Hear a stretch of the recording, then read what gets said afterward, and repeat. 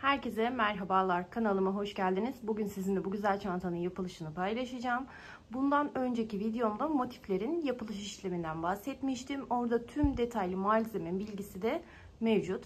Bu arada kanalıma abone olmanız tamamen ücretsizdir. Hatta zili aktif ederseniz video yüklediğim anda haberdar olabilirsiniz. Destek olmak isterseniz videomu beğenmeyi, yorum atmayı unutmazsanız çok sevinirim. Şimdiden yapacak olan herkesin eline emeğine sağlık. Evet, videoya başlamadan önce size şablonun nasıl olması gerektiğini gösteren bir fotoğraf paylaştım. Bilginiz olsun. Üstte 2 adet, sonra 3 adet, sonra burada 6 adet orta tabanda, yani taban kısmına gelecek olan kısım 6, sonra yine 3, yine 2 adetle oluşturduğumuz şablonu şimdi birleştirmeye geçeceğiz. Birleştirme esnasında hemen ben ilk 2 tanesinden başlayacağım. Şöyle 2 tane motifimi alıyorum. Bakın, ön yüzleri dış tarafta kalacak, iç yüzeyler birbirine bakacak şekilde hemen başlayalım. Motifime başlarken bakın, şurada 2 zincirlik alanım var. Hemen onun tepe noktasındaki ilmeklere batıyorum.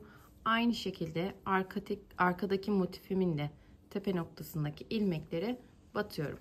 Şimdi hemen şöyle ipimi alacağım. İpimi bir tul başını doladıktan sonra içerisinden geçiriyorum. Sabitlemek adına bir tur etrafında çeviriyorum. Ve bir zincirimi çekerek başlıyorum. Şimdi sırasıyla takip eden tüm ilmeklerin tepesine birer adet sık iğne yapacağım. Hemen şöyle göstereyim, bakın. İlk motifimdeyim. Hemen sırasındaki ilmek tepeme battım. Arkadaki motifimin ilk ilmek tepesine battım. Şu ipimi de şöyle içeriden yürüteyim. İçerisinden çekiriyorum ve bir adet sık iğne yapıyorum.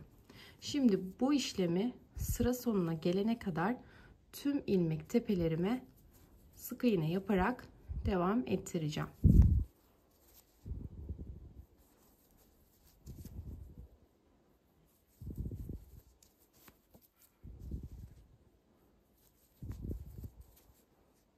Dikkat edin, ilmeklerde kaydırma yapmayın. Birbirine denk gelmesi önemli. Yoksa motifiniz çantanızı bitirdiğinizde yamuk durabilir çantanız. Formu düzgün düşmeyebilir.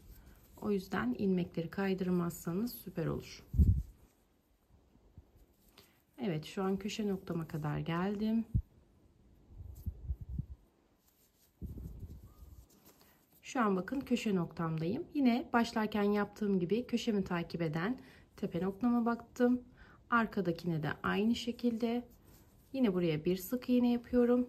Bir zincirimi çektikten sonra ipimi kesiyorum. Sıkılaştırıyorum. Arkasını çevirdim. Hemen yapar yapmaz iplerinizi gizlerseniz sizin için rahatlık olacaktır. Arkadan bakın, gördüğünüz gibi ipi çektim. Hemen şöyle buradan da olur, buradan da olur. Nasıl rahatınıza geliyorsa bir alttan bir üstten yaparak şu şekilde ipimi gizleyeceğim. Fazla kalan kısmı hemen kesiyorum. Bakın, tertemiz bir görüntü oldu. Yine aynı şekilde başlarken yapmış olduğum zinciri de temizleyeceğim. Şimdi iki motifimi birleştirmiş oldum. Buraya bırakıyorum. Şimdi aynı şekilde sırada 3 motifim var. Burada yapmış olduğum işlemin aynısını buraya yapıyorum. Buraya yapıyorum ve geliyorum. Evet, görmüş olduğunuz gibi ben ikinci sıradaki 3 adet motifi de yan yana birleştirdim. Şimdi sırada 6 adet olan motifim var. Dediğim gibi buradaki işlemlerin aynısını yine 6 motifimde yapıp bitireceğim. Daha sonra alt sıraya geçeceğim. 3 motifli alanındaki işlemi yapacağım ve alt sıradaki son kalan 2 motifli sıramdaki işlemi yapacağım. Yani bütün dik sıraları birleştirmiş olacağım. Biz ilkini bitirdik. İkinci sıradaki üçlü motifi bitirdik. Hepsini birleştirelim. Daha sonra yan birleştirme işlemine geçeceğiz. Evet, görmüş olduğunuz gibi bütün parçalarımı dikine olacak şekilde birleştirdim. Şimdi artık yan kısımlarına geçeceğiz. Üstten veya alttan başlayabilirsiniz. Hiçbir problem yok. Hemen ben şöyle başlıyorum. Şimdi en altta veya en üstte görmüş olduğunuz gibi 2 adet var. Sonra sırasında üçlüsü var. Hemen şöyle yapıyorum. Alttan 2 adeti alıyorum. Bakın, birleştirdiğim nokta şu noktadan başlayacağım. Yine köşe noktasını bulacağım. Batışımı yaptım, hazırladım. Hemen üçlüye alıyorum. Hemen iç yüzü birbirine bakacak şekilde ayarlayacaktık. Şöyle ben de tekrar bir kontrolümü edeyim. Bakın şöyle bıraktığım zaman görmüş olduğunuz gibi denk gelen köşem şu alt köşe. Şöyle indiğimizde hemen yine o köşe noktamın uç noktasını bulup batışımı gerçekleştiriyorum. Yine düz yüzeyler bana bakacak. Şimdi ilk önce şurayı şu köşeye kadar birleştireceğim. Sonra bu kenar, sonra bu kenar şeklinde ilerleyeceğiz. Hemen başlıyorum. Yine ipimi bir kere doladım. İçerisinden geçirdim. Bir turda etrafından doladım. Ve bir zincir çektim. Şu an başladığım nokta şurada göstereyim bakın. Şuradan batışımı yaptım. Şuraya kadar ilerleyeceğim. Sonra burası, sonra burası, sonra bura şeklinde gidecek. Yani karıştırılacak aslında bir şey yok. Hemen şöyle ipimi de içeriye saklayayım. İki köşe noktamı denk getirdim. Yine sık iğnelerle her ilmeğin tepesine birer adet sık iğne olacak şekilde ilerliyorum.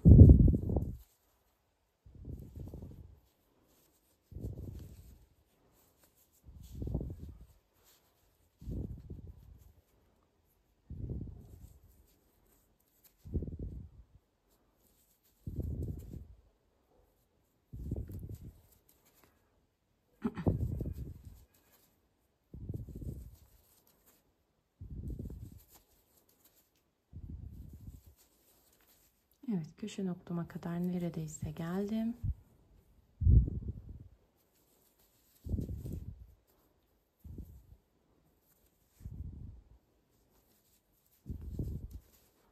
Şu an bakın köşe noktamdayım. Yani hani başlarken iki zincirin üstüne tekabül eden ilk ilmeğimize batıyorduk ya. Oradayım aslında. Oradan bir öncesindeyim. Hemen onu da yerleştirdikten sonra normalde tepe noktasına batıyorduk. Yine aynı şekilde batışımı gerçekleştirdim. Arkadaki motifimin de tepe noktasına batışımı gerçekleştirdim. Sık iğnemi yaptım. Yani farklı hiçbir şey yapmadım aslında gördüğünüz gibi. Şimdi dediğim gibi biz şu kenara birleştirdik. Buradan devam edeceğiz. Hemen şöyle öndeki ikili motifimi şöyle düzeltiyorum. Arkadaki motifime uç uca getiriyorum. Ve kaldığım yerden devam ediyorum. Hemen takip eden sıradaki ilmeği batarak yine sık iğnelerimi devam ettiriyorum. Birleştirmesi gördüğünüz gibi oldukça basit. Hiçbir problem yok. Zaten şema önünüzde olduğu müddetçe nasıl ilerleyeceğinizi otomatikman anlayacaksınız. Kafanız hiçbir şekilde karışmasın. Oldukça basit ilerleyişi var. Yine bu sırayı birlikte bitirelim.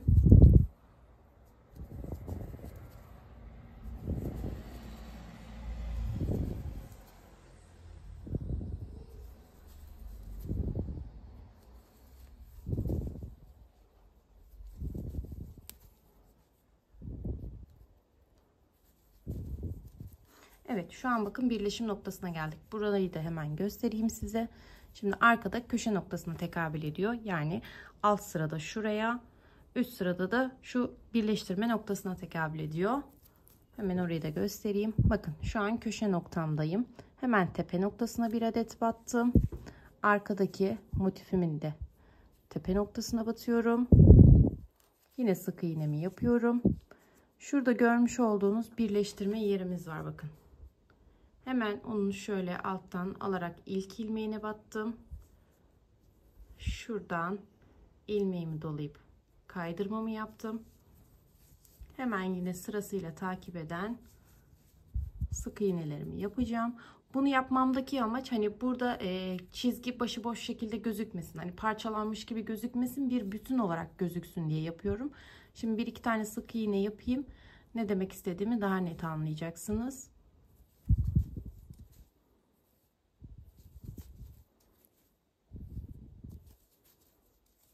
Hemen şöyle açalım.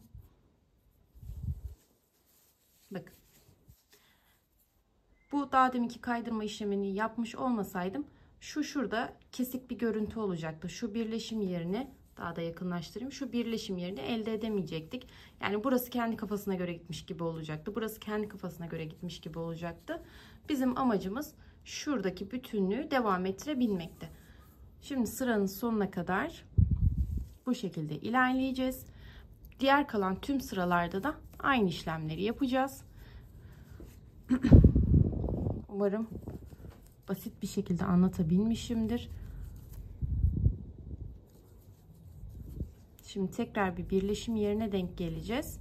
Yine orada da ikinci kez nasıl yapacağınızı tekrar gösterdiğimde daha net anlaşılmış olacaktır diye düşünüyorum.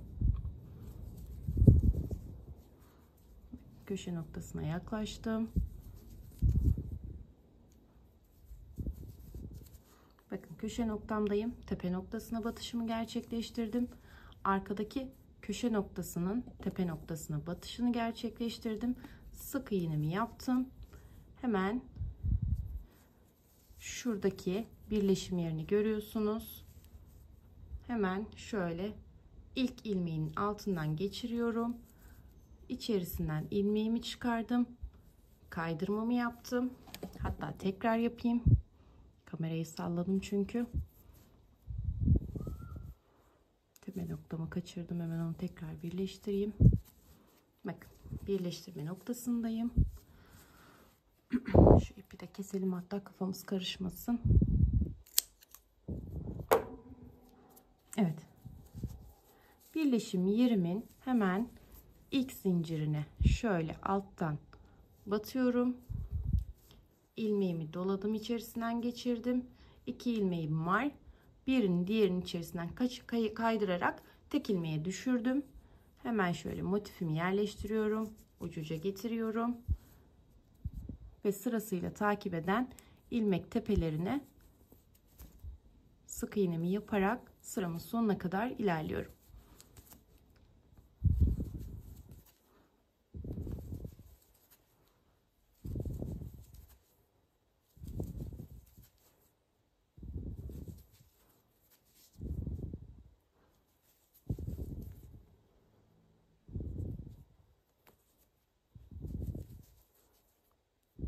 Allah Allah, ilmek dolandırdık. Evet.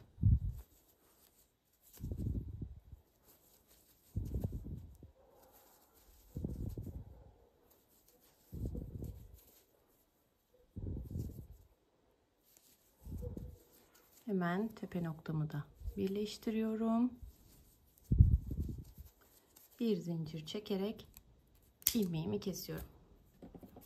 Evet, bakın şimdi birleşmiş hali en son bu şekilde oldu. Dediğim gibi orada birer tane kaydırma yaptığımız için şu birleştirme noktalarına denk geldiğimizde otomatikman bir bütünlük kazanmış oldu. Şimdi burada yaptığımız işlemin aynısını, yani yan birleştirme işleminin aynısını şu 3 motifi 6 motife birleştirerek devam edeceğiz.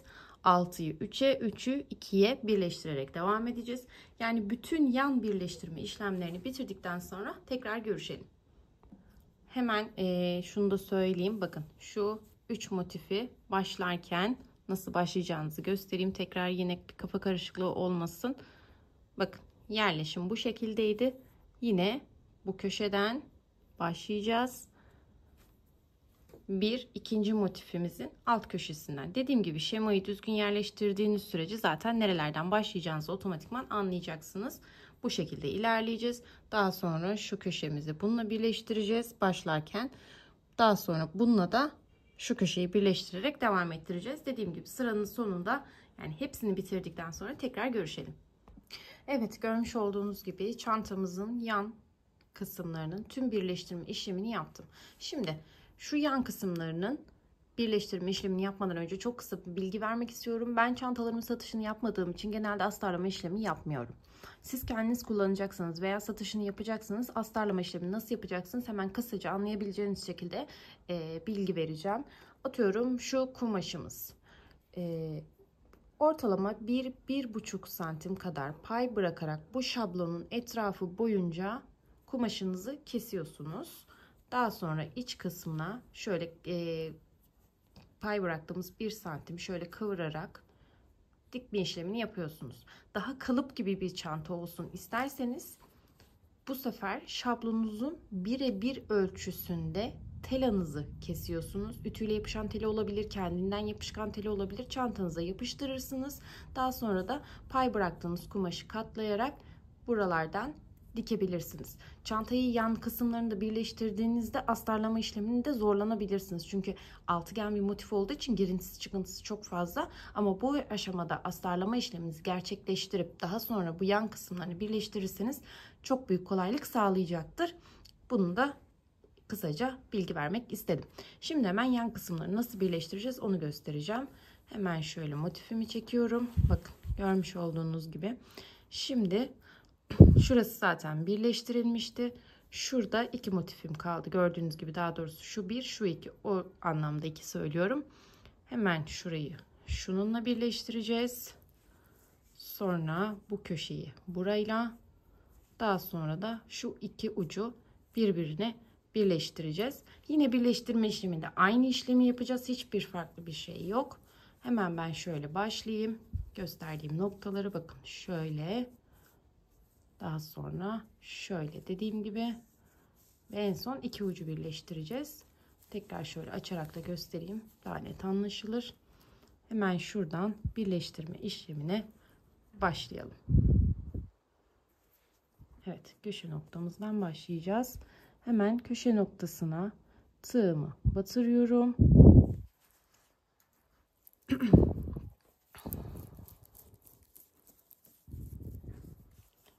İpimi içerisinden geçireceğim. Bir tur doladım ve bir zincirimizi çekerek sabitledim. Hemen şunu da içeriye saklayalım. Evet, şimdi ilk kenarımızı birleştirelim.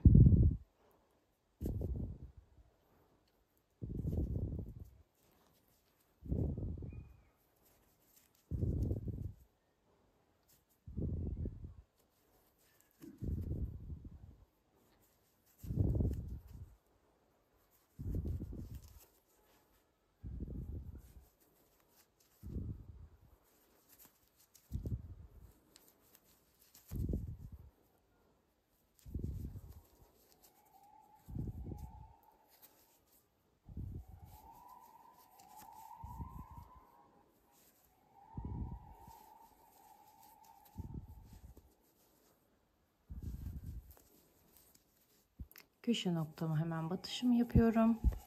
Altta köşe noktamı batıyorum. Hemen bakın diğer motifimde yine birleştirme yerim var. Hemen şöyle ilk ilmeğini alttan alıyorum. Bir kaydırma işlemimi yaptım. Hemen yan kısmı devam ediyorum. Gösterdiğim şekilde hemen bu sıramın sonuna kadar ilerleyelim. Evet, yan parçamın ilk kısmını birleştirdim. Şöyle gösterebilirim size. Bakın şu kısmı birleştirdim. Şimdi aynı şekilde arka tarafını birleştireceğim. Bu şekilde gösterdiğim şekilde yine birleştirelim. Evet, görmüş olduğunuz gibi yan kısmı birleştirdik ilk tarafımızı. Şimdi diğer tarafımızı yapacağız. Şöyle yandan da göstereyim. Bu ütülendiğinde şu girinti çıkıntılar da düzelecektir. Önden görünüşü çantamızın bu şekilde olacak. Şimdi burada yaptığımız aynı işlemi burada da yapacağız. Hemen ilk önce şu kenarı, bura bittikten sonra da bu kenarı birleştireceğiz. Evet, görmüş olduğunuz gibi çantamızın yan birleştirme işlemlerini yaptık. Şimdi ağız kısmına bir sıra sık iğne ekleyeceğiz. Hemen şöyle şuradan girişimi yapacağım. Hemen köşe noktasındaki ilmeğime batıyorum. Bakın battığım yerde tekrar göstereyim. Şu şekilde hemen köşe noktama yine battım. Şimdi ipimi içerisinden geçiriyorum. Bir tur döndürdüm ve bir zincir çektim. Dilerseniz burada ilmek tutucu kullanabilirsiniz. Hemen ipimi arkaya saklayacağım ve sırasıyla takip eden tüm ilmeklere birer adet sık iğne yaparak ilerleyeceğiz.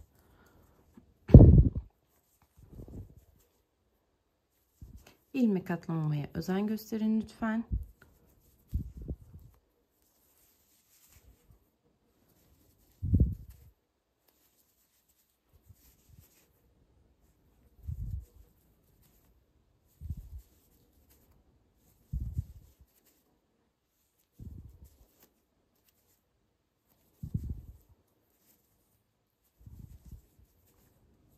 Hemen birleşim yerinde nasıl yapacaksınız şuralarda onu göstereceğim.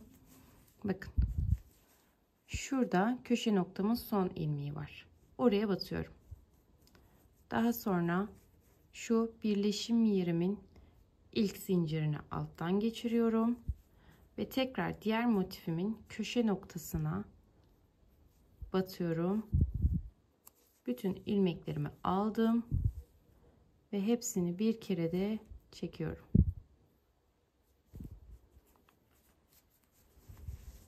Bu şekilde.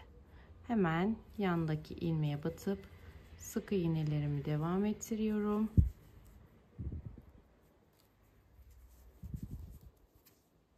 Orayı size son halini göstereceğim. Bakın bu şekilde bir birleştirme oldu. Yine bir kere daha göstereyim hatta.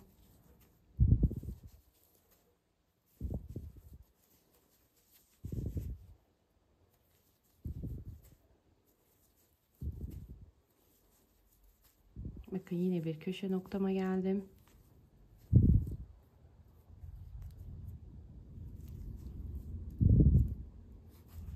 Şu ip hemen şöyle arkaya gizleyelim. Köşe noktama battım. Birleştirme yerimin şuradan bahsediyorum. İlk zincirinin hemen altından geçtim. Diğer motifimin köşe noktasına battım. Bütün ilmeklerimi çıkarttım ve hepsini bir kere de çekiyorum. Hemen yandaki motifime sık iğne ile devam ediyorum. Burada bir çıt sesi geldi. Umarım sıkıntı yoktur. Şurada bir ip koparmışım herhalde. Evet, bu şekilde devam edeceğiz.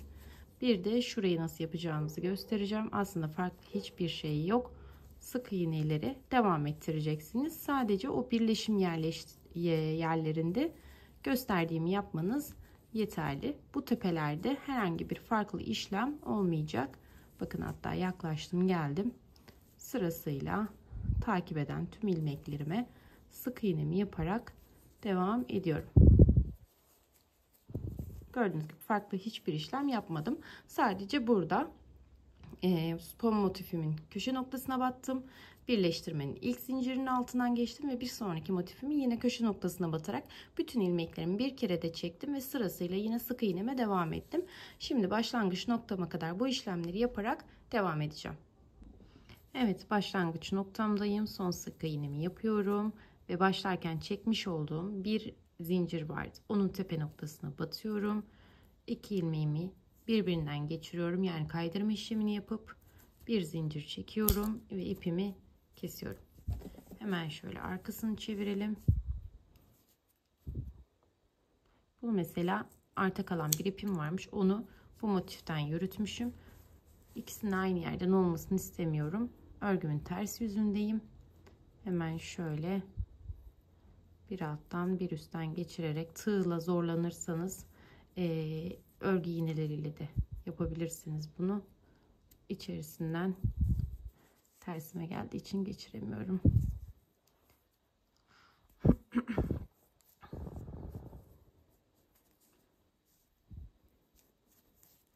Evet. Hemen şöyle şunu da keselim. Evet, çantamızın görmüş olduğunuz gibi sık iğne bir sıra sık iğne giderek ağız kısmını bitirdik. Hemen şimdi askı kısmına geçebiliriz. Çantamızın askısını yaparken ben bu aşamada farklı bir ip kullanacağım. Bunun sebebi ipim bir tık koyu ve ince olduğu için batış noktalarımı göremeyebilirsiniz, zorlanabilirsiniz.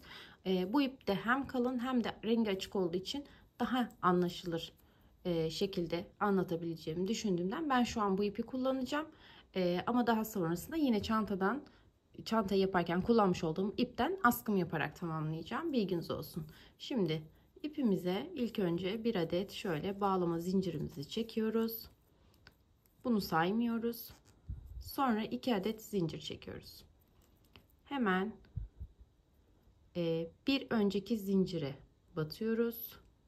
2 ilmeğim var. İkisini birden alıyorum. Şimdi ön yüzü bu şekilde oldu. Hemen bir tık çeviriyorum. Bakın. Ön yüzü bir tık çevirdim. Tersine de diyebiliriz. Şurada görmüş olduğunuz gibi çıkıntı var. Bakın şurası ön yüzü, hatta baştan tekrar göstereyim. İyice anlaşılsın. Bir bağlama zincirimi çektikten sonra 2 adet zincirimi çekiyorum ve hemen birinci zincirimi batıp ilmeğimi çıkarıp ikisini birden çekiyorum. Sonra örgümün ters yüzünü çeviriyorum. Tersinde şurada bir çıkıntı var bakın. Hemen oraya batıyorum. İlmeğimi çıkarttım. 2 ilmeğim var. Yine ikisini bir kere de çektim. Tekrar tersini çeviriyorum. Artık 2 ilmeğim var. Bakın burada 1 2 ters yüzünde. Artık 2 ilmeklere batacağım. Sadece ilk tur çevirdiğimde 1 ilmek oluyor. Ona bir kere batıyoruz. Ama bundan sonraki tüm sıralarda burada ikişer ilmek olacak. 2 ilmeği birlikte alacağız. İpimi çıkarttım. 2 ilmeğim var. İkisini birden çektim. Tersine çevirdim. Bakın beni yine karşılayan 2 ilmek var. İkisine birden batıyorum. İlmeğimi çıkarttım. İkisini birden aldım. Ters çevirdim.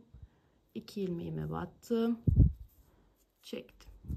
Sürekli böyle ters çevirerek çanta sapımızı ilerleteceğiz.